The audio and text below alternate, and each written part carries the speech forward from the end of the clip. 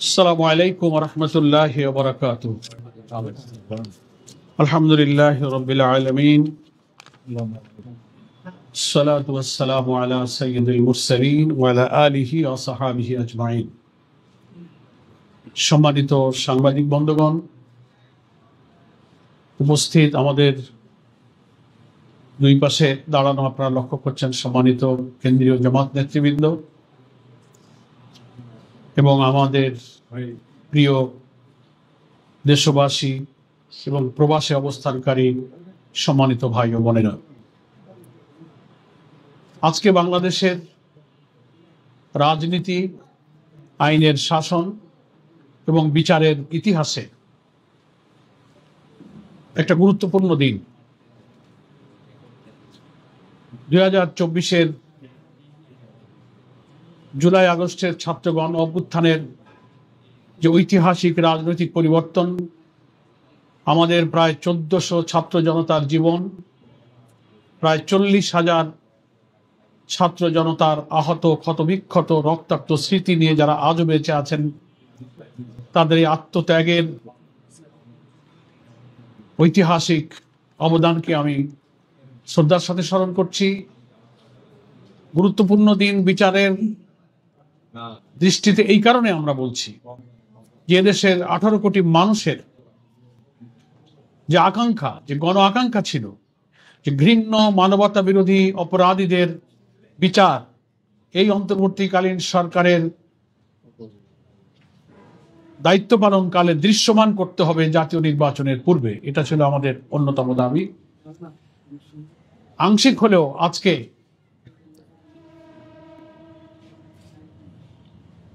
ট্রাইব্যুনালের রায়ের মধ্য দিয়ে সেই জাতির আশাটা কিছুটা পূর্ণ হয়েছে। সেজন্য বাংলাদেশ জামাত ইসলামীর পক্ষ থেকে আমাদের তাৎক্ষণিক প্রতিক্রিয়া সম্পর্কিত 4টি কথা আপনাদের খেদমতে আমি পেশ করছি। প্রথম কথা হলো, বাংলাদেশের ইতিহাসে অনেক কারণে আজকের দিনটি গুরুত্বপূর্ণ। তার মধ্যে অন্যতম হলো কোন একজন সরকার প্রধানের সর্বোচ্চ সাজা, এটা বাংলাদেশের ইতিহাসে এই প্রথম। এটা স্মরণীয় হয়ে থাকবে। এবং আপনারা দেখেছেন, আমারও আজকে রায়, দীর্ঘ সময় ধরে যে বিচারকরা রায় পড়েছেন, সেখানে ফুটে উঠেছে যে অপরাধীরা কি পরিমাণ নিষ্ঠুর, ঘৃণ্য, প্রতিহিংসামূলক অপরাধ করেছে। তো তার পত্রপত্রিকা, অডিও, ভিডিও, তাদের টেলিফোনিক কনভারসেশনের যে সমস্ত তথ্য হুবহু ট্রাইব্যুনালে প্রমাণিত হয়েছে, রায়ের মধ্যে কিন্তু কোট আনকোট সেগুলো পড়ে শোনানো হয়েছে। আমরা বিস্মিত হয়েছি, জাতি বিস্মিত হয়েছে। ফলে আমরা মনে করি এই বিচারের ব্যাপারে কোনো প্রশ্ন তোলার সুযোগ কারো নেই, কারণ বিচার স্বচ্ছ হয়েছে, নিরপেক্ষ হয়েছে, আন্তর্জাতিক মানের হয়েছে। এর আগে মানবতা বিরোধী অপরাধের নামে জামাত ইসলামীর প্রিয় নেতৃবৃন্দের ব্যাপারে যে বিচার হয়েছে ট্রাইব্যুনালে, সেই বিচার নিয়ে শুধু বাংলাদেশ নয়, সারা দুনিয়াতে এটা প্রশ্নবিদ্ধ, আন্তর্জাতিক মানের হয়নি। সে বিচারের বাদী সাজানো, এজাহার সাজানো, মামলা সাজানো, সাক্ষী সাজানো, বিচারক সাজানো, রায় সাজানো, আদালতের চত্বর থেকে সাক্ষীকে গুম করা, বিদেশ থেকে রায় লিখে দিয়ে ডিকটেট করা, স্কাইপে কেলেঙ্কারি, সেই বিচার ব্রিটিশ আদালতে এরকমই একটা বিচারের জাজমেন্ট দিতে গিয়ে সেখানে বলা হয়েছে জেনোসাইড অফ জাস্টিস।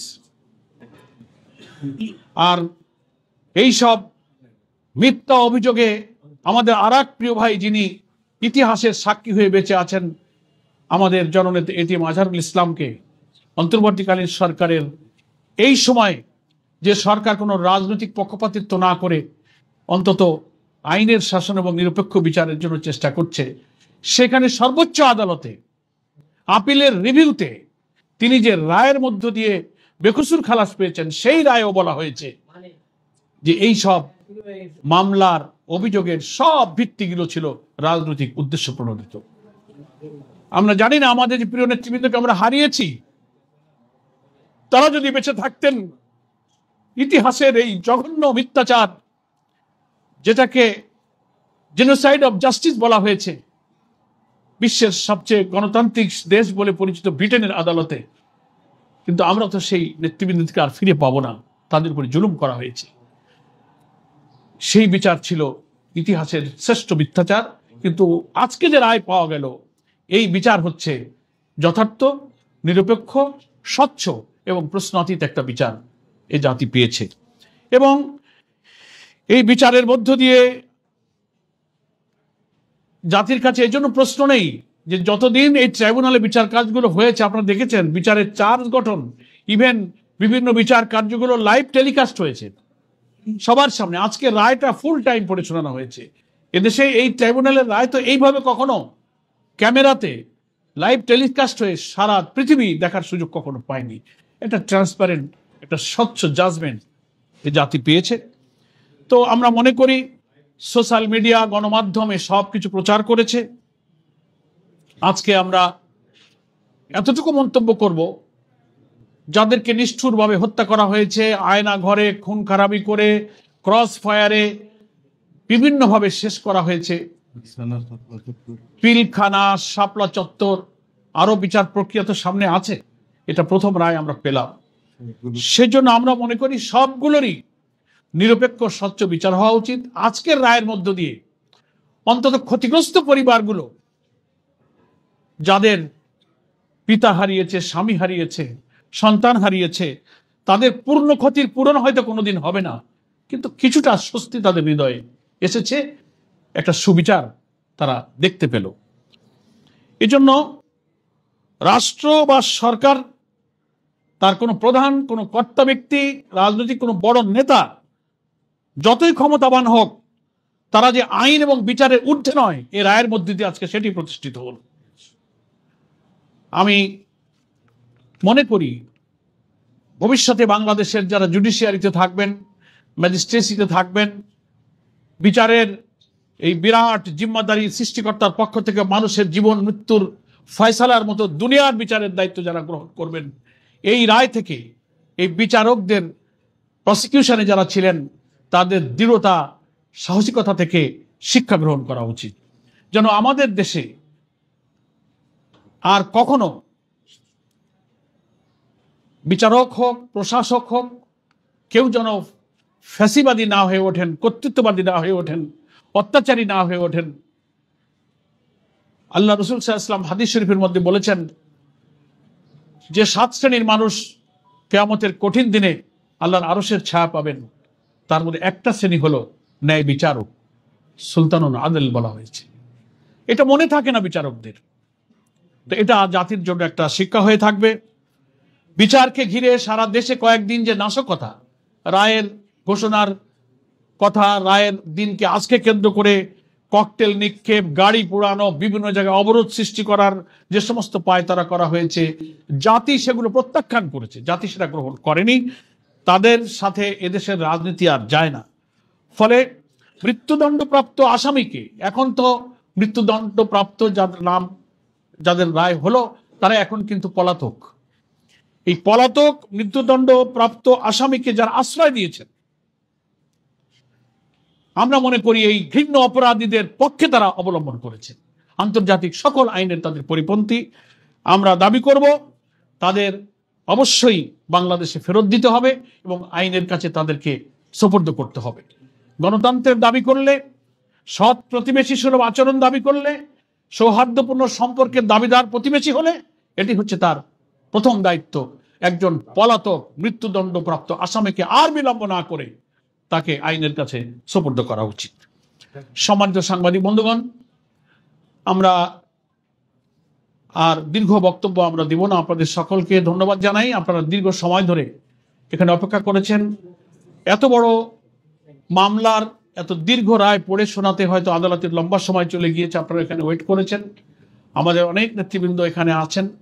আমি আপনাদের সকলকে আবারও বাংলাদেশ জামাত ইসলামীর পক্ষ থেকে মোবারকবাদ জানিয়ে মহান আল্লাহ তাআলার প্রতি কৃতজ্ঞতা জানাই যে এই বঞ্চিত মজলুম জাতি অত্যাচারী শাসকের হাত থেকে রেহাই পেয়েছে। একটা সুবিচারের দৃশ্য অন্তত কিছুটা হলো এই জাতি দেখতে পেল। ভবিষ্যতে যেন এই বাংলাদেশের মানুষ মানবতা, মানুষত্বের একটা সভ্য সমাজ দেখেই যেন আমরা পৃথিবীতে যেতে পারি, পৃথিবী থেকে আমাদের নতুন প্রজন্মের কাছে একটা মানবিক আদর্শিক বাংলাদেশ রেখে যেতে পারি। আল্লাহর কাছে সেই সাহায্য কামনা করে আমি আজকে সংক্ষিপ্ত প্রেস ব্রিফিং এখানে শেষ করছি। সকলকে ধন্যবাদ। আসসালামু আলাইকুম ওয়া রাহমাতুল্লাহি ওয়া বারাকাতুহু। আমরা আজকের প্রেস ব্রিফিং এর প্রশ্নোত্তরে এটার মধ্যেই যেন থাকি, অন্য কোনো পলিটিক্যাল দিকে না যাই। সেই খুনিদের ফেরত আনার ব্যাপারে আপনাদের বক্তব্য কি? আর জামাত ইসলাম ক্ষমতায় যাবে তাহলে প্রতিবেশী এই দেশের সাথে এই ইস্যুতে সম্পর্কের অবস্থানটা কেমন থাকবে? দুইটা প্রশ্ন আপনার। প্রথম কথা হচ্ছে যে এটা আদালতের সাবজেক্ট। এখন পলাতক আসামি কোথায় আছে, তাকে আইনের আওতায় নিয়ে আসবার ব্যাপারে দেশে আইনের কিছু বিধান আছে, নিশ্চয়ই তারা সেটা প্রয়োগ করবেন। এটা রাজনৈতিক দল হিসেবে আমাদের যে দাবি সেটা কিন্তু আমি আজকে প্রেস ব্রিফিংয়ে আমাদের আহ্বান জানালাম।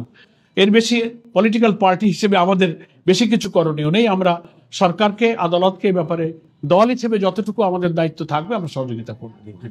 আর একটা প্রশ্ন করেছেন,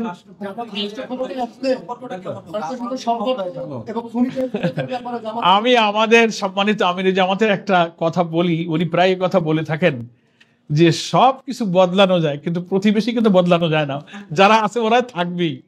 এখন আমরা প্রতিবেশীর সাথে, জনগণের সাথে, বিশাল রাষ্ট্রের প্রতিবেশী দেশের জনগণের সাথে তো আমাদের কোনো শত্রুতা নাই।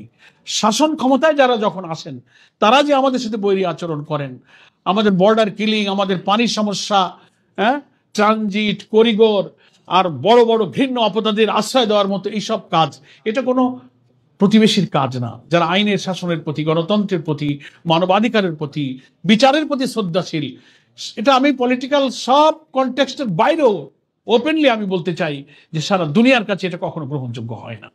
সেজন্য আমরা মনে করি জামাতের উপরে যদি আল্লাহ তাআলা এই রাষ্ট্রের দায়িত্ব দেন, আমরা কোনো প্রতিবেশীর সাথে শত্রুতা চাইব না। আমরা প্রতিবেশীর সাথে যে political, Jio political, commercial, diplomatic যে রিলেশন সব দেশ যেমন রাখে, নীতিগতভাবে সমতার ভিত্তিতে, ন্যায্যতার ভিত্তিতে, সমমর্যাদার ভিত্তিতে সেই সম্পর্ক রক্ষার একটা ফরেন পলিসি আমাদের থাকবে ইনশাআল্লাহ। কিন্তু রাষ্ট্রের স্বাধীনতা, সার্বভৌমত্ব, জাতিসত্তার ক্ষতি হয়ে যাবে সে ব্যাপারে আমরা সবসময় প্রতিবাদী থাকবো। জনগণকে সাথে নিয়ে আমরা এই ব্যাপারে ভূমিকা রাখবো। সকলকে ধন্যবাদ। আজকের মতো আর কি প্রায় 2 ঘন্টা হাসিনার বিরুদ্ধে 5টা অভিযোগ ছিল, 3টা অভিযোগ হয়েছে। এখানে একটা বিষয় হচ্ছে, আপনি বললেন এই রায়টা ফেয়ার হয়েছে, জাজমেন্ট ফেয়ার হয়েছে। আমরা যখন দেখি যে জামাত নেতাদের বিরুদ্ধে এই 373 সালের যে আমাদের আন্তর্জাতিক আইনের যেটা রোম চুক্তির মাধ্যমে হচ্ছে, এই একই ট্রাইব্যুনালে আপনাদের নেতাদের বিচার হচ্ছে। প্রশ্ন হচ্ছে, আপনারা বলছেন যে আপনাদের নেতাদের বিরুদ্ধে যে বিচার হচ্ছে সেটা ভালো ছিল না, ফেয়ার ছিল না, এখন ফেয়ার হয়েছে। কোন প্রেক্ষাপটে বলছেন যে বিচারটা ফেয়ার হয়েছে? যেহেতু একই ট্রাইব্যুনাল হয়েছে, আওয়ামী লীগ নেতৃত্ব বলছেন যে পূর্ব নির্ধারিত রায় এক, এই রায় আজকে অনেকগুলো বিষয় জানা হয়েছে। দল হিসাবে আওয়ামী লীগকে, ছাত্রলীগ, যুবলীগকে বারবার বলা হচ্ছে তারা এই কমিটেড, মানে বিভিন্ন অপরাধ হচ্ছে এটার সাথে তারা জড়িত। এই ট্রাইব্যুনালে জামাতকে নিষিদ্ধ করা হয়েছিল দল হিসাবে আন্তর্জাতিক অপরাধ এই অপরাধের জন্য। আপনারা আওয়ামী লীগকে দল হিসাবে নিষিদ্ধের জন্য দাবি করবেন কিনা? শোনেন, আপনার প্রশ্নে একটার মধ্যে অনেক লম্বা কথা হয়েছে, শর্ট বলি। আমার ব্রিফিং এর মধ্যে কিন্তু আমি বলেছি যে এই বিচার কেন স্বচ্ছ, কেন নিরপেক্ষ, সেটার যুক্তিগুলো আমি দিয়েছি। কত স্বচ্ছ, কত ফেয়ার ট্রায়ালটা হয়েছে।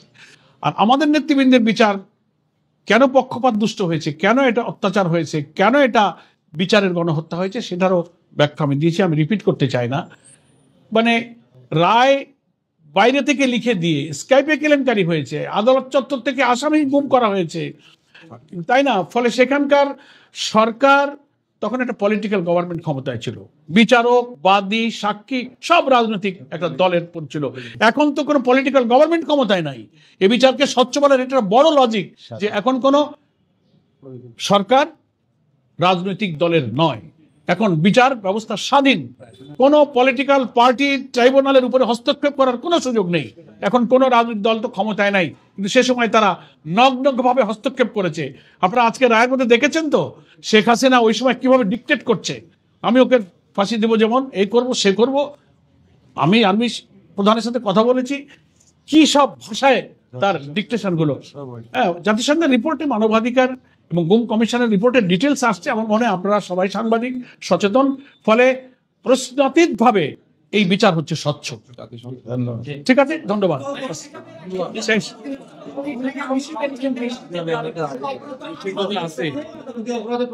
আমরা তো এই রাজনৈতিক দল হিসেবে তাদের কার্যক্রম যখন স্থগিত করা হলো, আমাদেরও দাবি ছিল, আমরাও তখন রাজপথে ছিলাম। এখনো আমাদের 5 দফার মধ্যে ফ্যাসিস্টদের, দোসরদের রাজনৈতিক কার্যক্রম নিষিদ্ধের দাবি আমাদের অব্যাহতই আছে। খোদা হাফেজ। গণহত্যাকারী একটা দল এটা আদালত দেখবে, আমাদের দাবি অব্যাহত আছে এবং এগুলো কোর্টের ব্যাপার। হ্যাঁ, এই ব্যাপারে তো কোর্টে আইন আছে। আওয়ামী লীগ গত 15 বছর জামায়াতের উপর যে ম্যাসাকার চালিয়েছে, এই জামায়াত সরকারে জামায়াত কি আওয়ামী লীগ তারা এখন আসতে দেবে? তাদের উপর, তাদের সাথে তাদের সম্পর্ক কেমন হতে পারে? ভবিষ্যতের জন্য দোয়া করেন, তখনকার কথা আমরা তখন বলবো ইনশাআল্লাহ। সব কথা এত আগে বললে পরে আর কি শুনবেন? Wait and see. আসসালামু আলাইকুম। পরবর্তী সংবাদ দেখার জন্য আমন্ত্রণ এবং সাবস্ক্রাইব করে বার্ড নিউজের পাশে থাকুন।